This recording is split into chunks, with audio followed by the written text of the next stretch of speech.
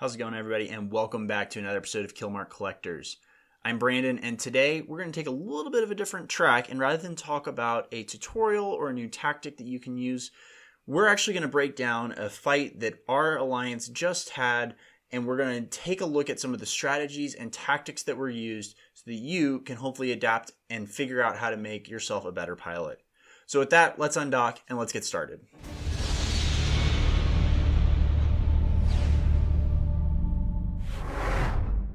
To give you a little bit of context here, the Silent Alliance has been in conflict in the northern part of New Eden, and specifically with another alliance known as the Fireflies Alliance. The two groups have been fighting for probably about 2 or 3 weeks at this point, and specifically most of the conflicts have been in Branch.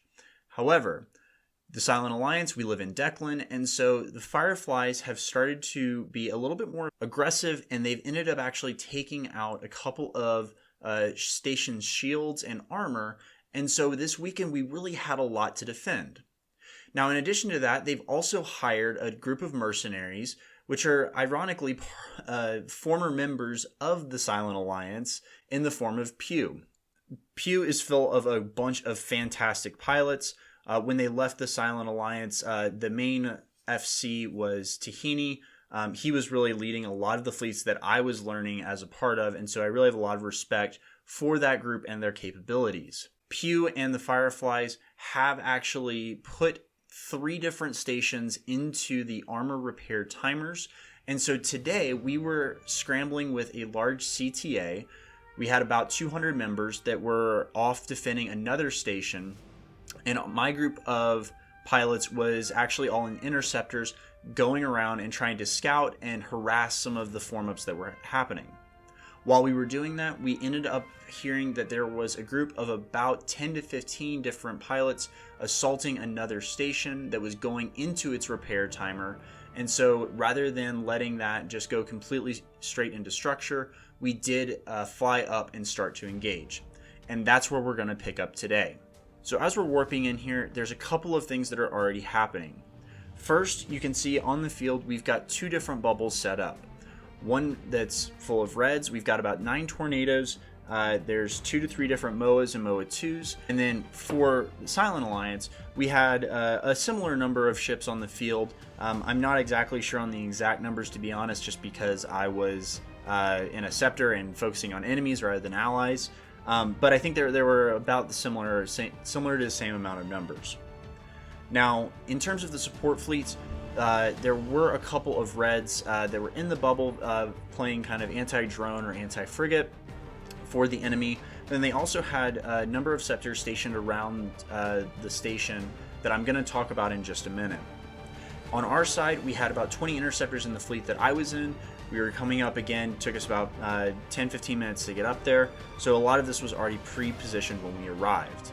There were a couple of blue interceptors as well, but more or less they were just kind of floating around and providing, again, similar in-bubble support, if you will. Now, the one other thing that's really important to note here is that while Pew was there to assault the station and get the station into armor, you have to understand how these mercenary groups are paid, and that is by kill mail. So one of the big things that they were going to be focusing on was not just really getting the station into armor. That would have been a great bonus for them.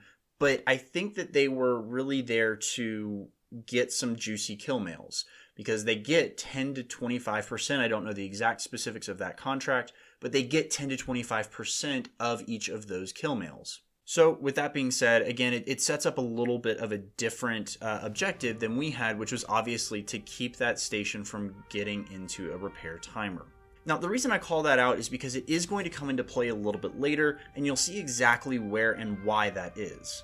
I think that some of the decisions that were made were primarily made not just because we love to fight into PvP, but because there were other considerations that were maybe not necessarily strategic that a player or a corporation that is looking to expand sovereignty would have. And so it is a little important to understand that and why this engagement played out the way it did. I do want to just cover real quickly, because it's kind of hard to see in the video, where everybody was set up when we arrived.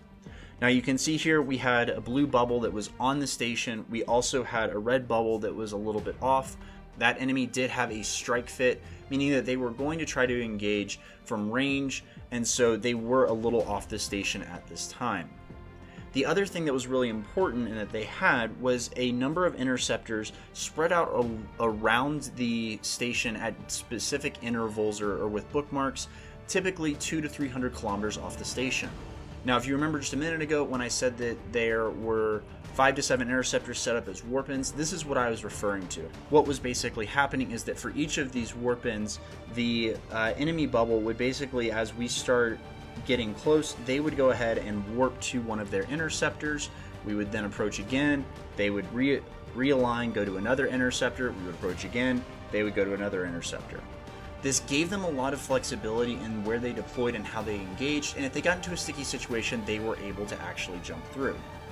So what that meant is that our first task as interceptors was to chase down these warp-ins and start eliminating some of the enemy's mobility. Then when we get to the second part of the engagement, we are focusing on eliminating that enemy bubble. There was some success there, and you'll see that in just a minute. The biggest thing in a battle like this is going to be the positioning, and so throughout this entire engagement, our group of Scepters was trying to get warp-ins close enough to the enemy where we could scram or disrupt a couple so that they couldn't warp, or give our bigger fleet, which was more brawly fit, an opportunity to jump in and really cause some havoc. So as you can see here, what we're doing is we're warping to different Celestials and then using the warp to fleet member command to actually get onto field. Now, when you're in a Celestial and you're warping, there is something that I call leapfrogging. I don't know if this is actually what it's called. If anybody else knows, if there's a more technical term, feel free to let me know in the comments below. What this does is you have a group, let's say, in this case, we've got somebody who is 300 kilometers off the gate. Now what you're going to do is you're going to have one of your Scepters jump to about 100, and then you're going to have another Scepter jump in so that they are 100 off of that first Scepter. What that means is that you're going to have one at 100, you're going to have another one at 200, and then the rest of the fleet can jump in and kill that guy that's at 300 kilometers. So that's what we're basically trying to do. In a lot of cases, that's what we were able to accomplish. The way that you do this is you do just go in, you tap and hold on the warp to command in the fleet options. You select the distance that you want, just like you would normally, and then you're able to actually warp into that person. Now, I've got over 2 hours of footage here, so I am going to be jumping around a little bit. Just know that primarily this entire time we were just moving through, picking off some of these interceptors, trying to remove some of those warp-in points that the enemy was using. Now you can see here, and there's a lot of fun little frigate combat, so feel free to keep watching. But eventually we do get to the second part of this engagement, which was really trying to focus down that enemy blob. And the basic strategy here was that we would all be kind of warping in different areas, and eventually somebody would get close enough where they could tackle one of these other interceptors, and then everybody in the fleet would dogpile on, really get these enemies down quickly because they didn't want their other buddies to warp in and lose their spots for the main fleet.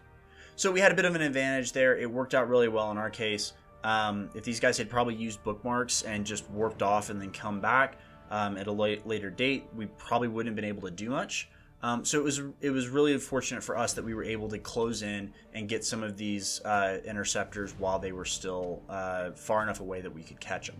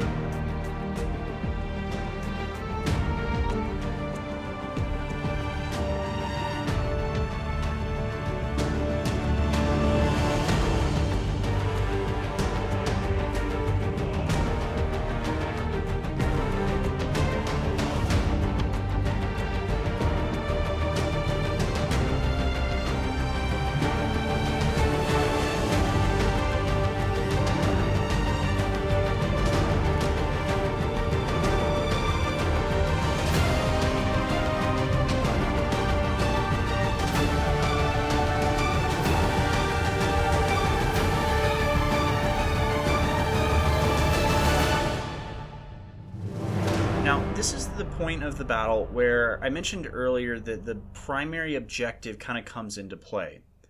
Because if you can look on this, you can see that the timer on this station is actually done. Everything's repaired, it's back into shields, and if the enemy had been primarily just focused on trying to kill the station, I think they probably would have retreated at this point. I can't say for sure, but I feel like they might have. But because their goal was to get those kill mails that they could fulfill their contract on, it became imperative that they stayed on station longer. Even if they're killing just interceptors that are maybe 200 million each, that's, again, at 10%, that's a $10 million bounty per interceptor that they're able to kill. So it makes a little bit of sense. I ultimately don't think that it paid out in the end, but I'm not in a position to really say that. Only the enemy would. Okay, so now we're into the second phase of the engagement, which is the dealing with the enemy blob. Now, the trick here for us was that we had finally gotten all the interceptors, so they didn't have places to really warp around to, and so we as our own interceptors could focus on getting close. Now, seeing as how these were tornadoes that were strike fit, the biggest problem that we face is that if we go at them head on, they're going to instantly pop us, because that's just how cannons work. If, however, we are able to take a perpendicular track so that they are having to try to track a very small, very fast-moving target, we're able to stay alive, avoid those guns, and ultimately get in close.